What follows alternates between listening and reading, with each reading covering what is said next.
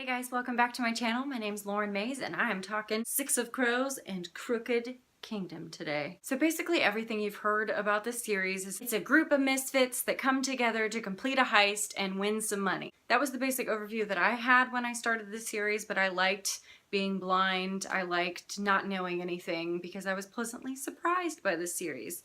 So it was written by Leigh Bardugo, and she had previously written the Grisha trilogy, which I'm gonna have to delve into because it kind of peeks into Crooked Kingdom, and I want to be a part of that. I want to know how that felt when some of the characters came back, and you know, hopefully someday we will see some of these characters in new stories. So this first section that I will talk about will be spoiler free. It'll just be the basics, but then I just really want to talk about this. I don't have anyone around me that has also read this, so a face-to-face chat and vent hasn't happened for me, so this is the closest that I get. So, basic overview, it's kind of set in the 1800s, Russia, cold, different towns. So there's an island town, and then there's Ketterdam, which is more of like a Vegas, old New York kind of feel.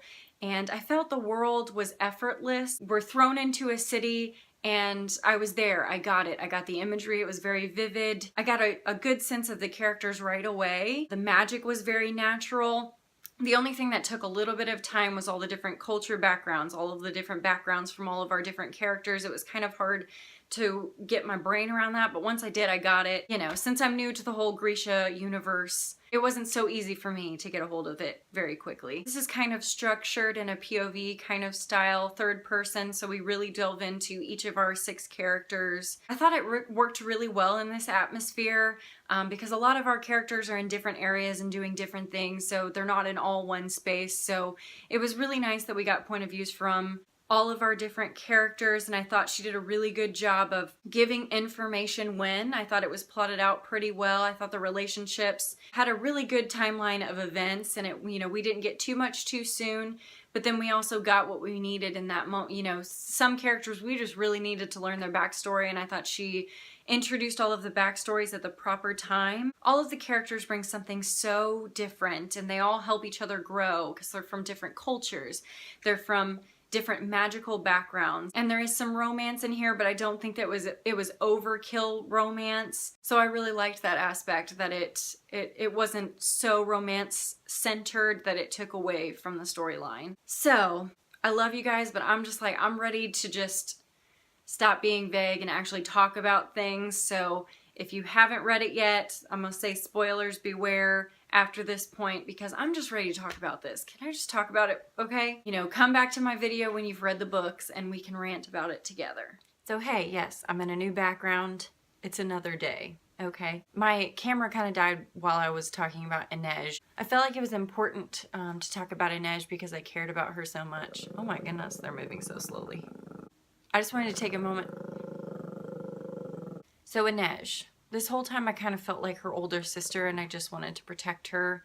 Her background, I think, struck me the most. I mean, being an indentured servant, but really, you know, getting into sex trafficking, and her past, I think, hit me the hardest. Anytime she would kind of relapse in emotion, if someone would talk to her in a specific way, if someone would touch her in a specific way, she'd get thrown back into that life.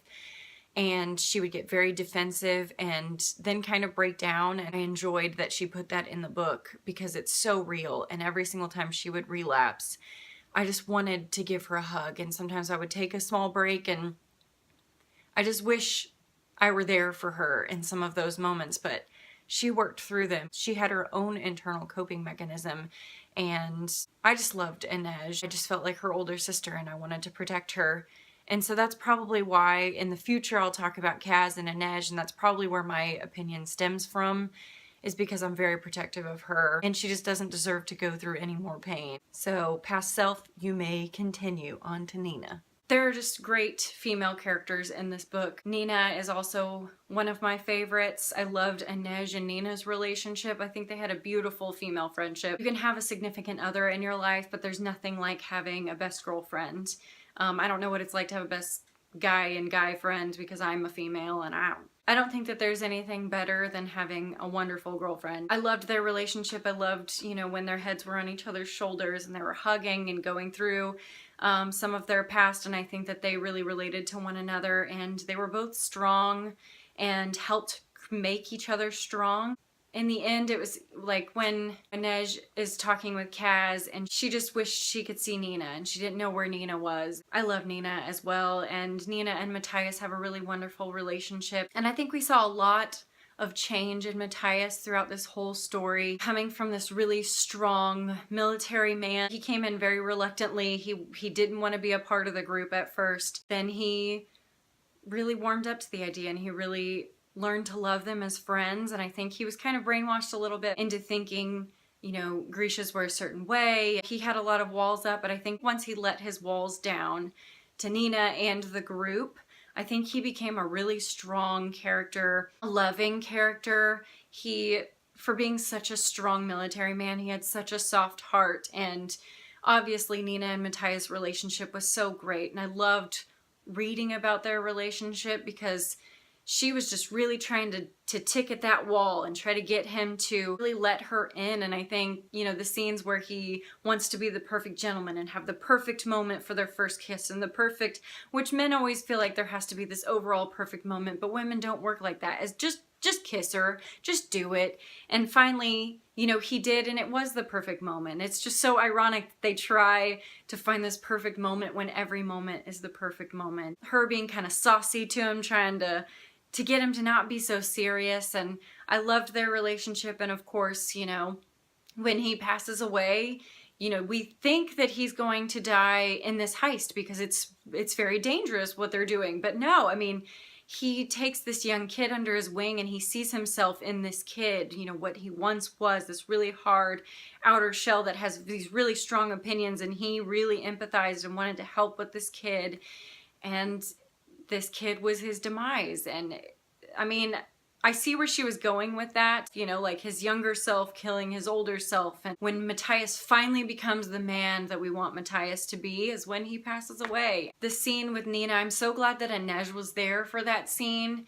I don't know how she would have handled it without Inej. It was a really beautiful scene. Her just saying, you know, what if, you know, she had Juniper M and she had her old powers back, which is devastating as well, is that she didn't have her old powers like she once did where she could heal him. And that was devastating as well, is that this, you know, Juniper M changed her, kind of flipped her magic around, and that was devastating. That was really sad too, is that she could have saved him if it wasn't for Juniper M. You know, him getting killed by this kid that he was trying to save ended up killing him, and then her not being able to save him because of Juniper M.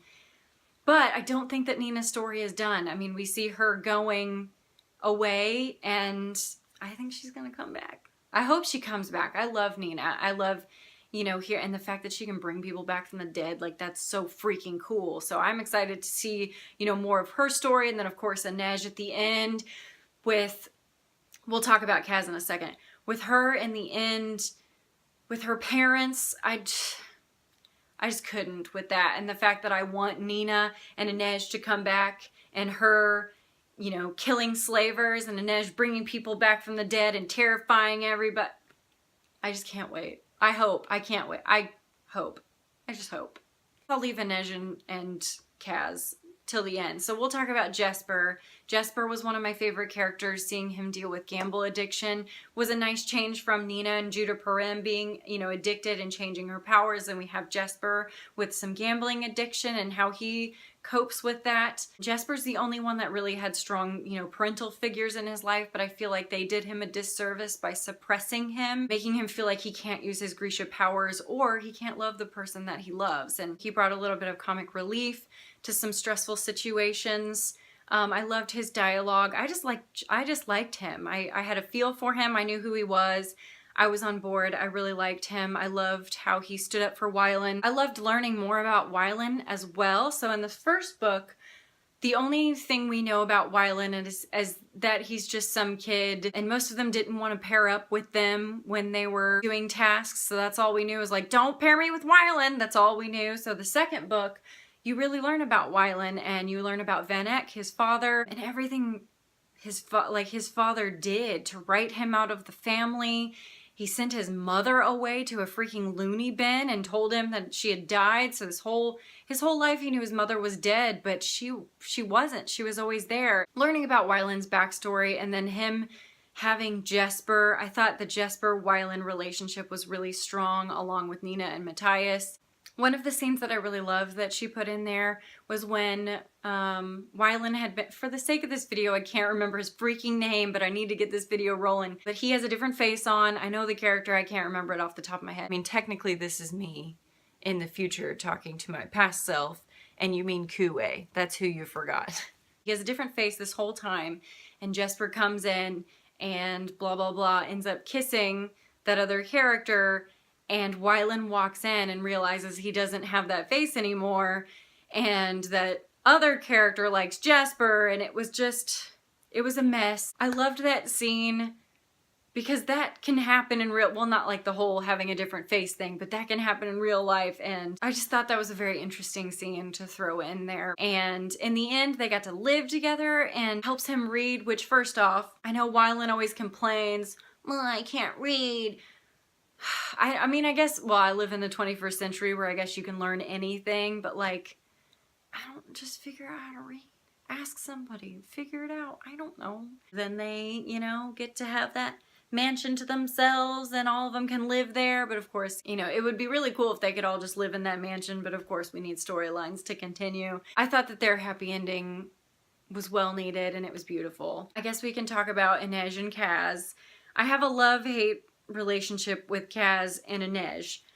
They both come from very fun-sucking, child-sucking backgrounds. Inej, sex trafficking, and Kaz coming from deceit and his brothers losing everything and so much revenge and hate. They are very reluctant to trust and very reluctant to let people in. So I get that it is a very long, simmering thing. My gripe with it is that their relationship is fantasized and almost this, it's fantasized. And I guess I've just been burned a lot in relationships that I just don't think that relationships should be like, does he like, do you like me?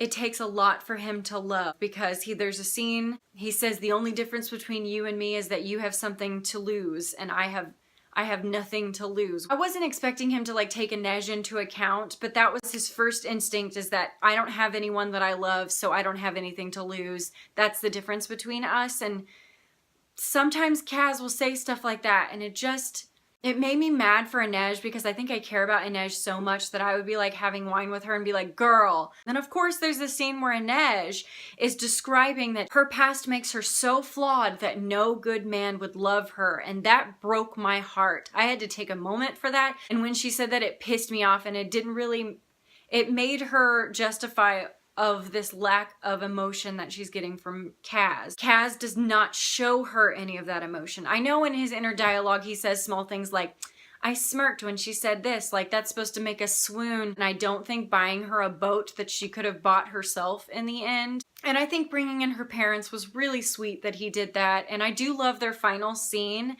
I was not rooting for Kaz and Inej that whole time. And I know that this is an unpopular opinion, but I believe like Nina and Matthias had a wonderful thing going at first. He wanted to have this tough exterior, but Nina broke down his walls, and once his walls were down, he just went for it. He fell in love with her, and I wanted that with Kaz and Inej, and just Kaz I don't think is capable of the kind of love that Inej deserves, if that makes any sense. And I don't not think Kaz deserves love. I just was disappointed, and I don't understand why it's so fantasized. Does he like me? I wonder if he likes me. Oh well, I'll just forget about it. Does he like me? Oh my god, he touched my arm. Does he like me? I guess I could go back and forth on it. I think looking back now, there was a lot that he did that was romantic. Well, it was just kind of annoying that he was like playing it off like, oh well, we need to get Inej because she's a part of our team, not because, you know, we need to get Inej because I love that woman and I need to save her. It was never like,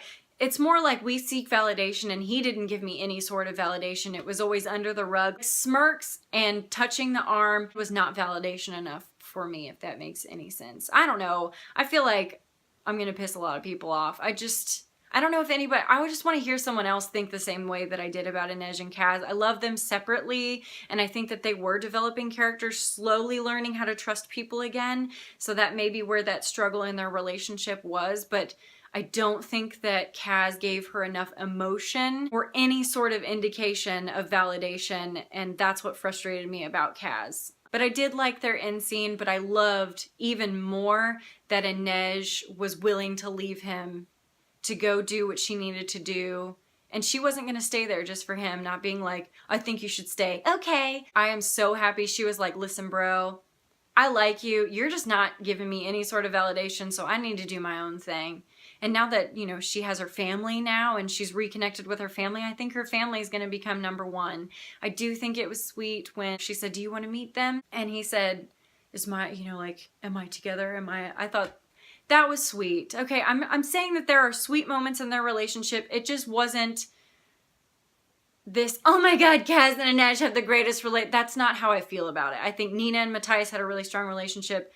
Jesper and Wildin had a strong relationship, and it was validated, and I just like validation. Okay? I just don't like the subliminal supposed to take things as signs when it's not. Okay.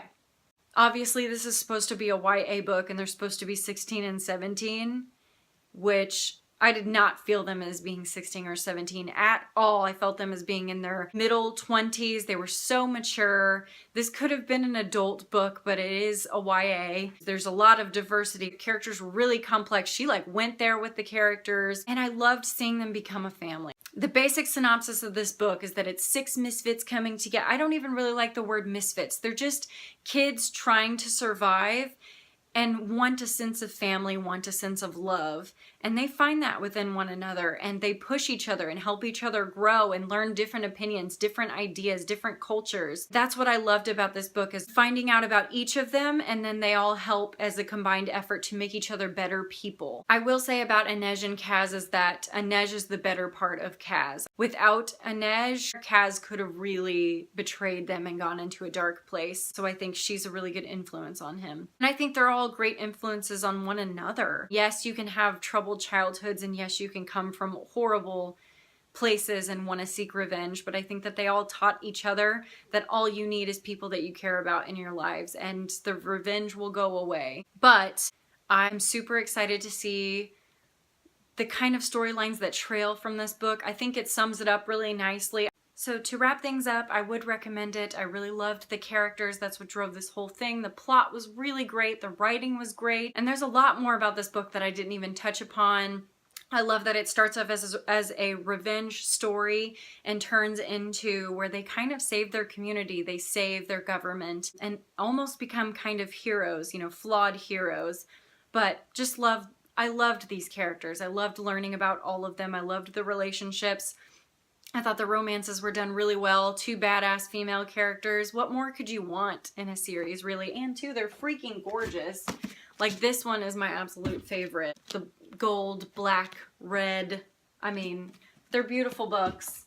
And I think you should pick it up. Leave me your opinions down below. We will chat about it because I need to vent, okay? So thank you guys so much for watching this. My camera's gonna die.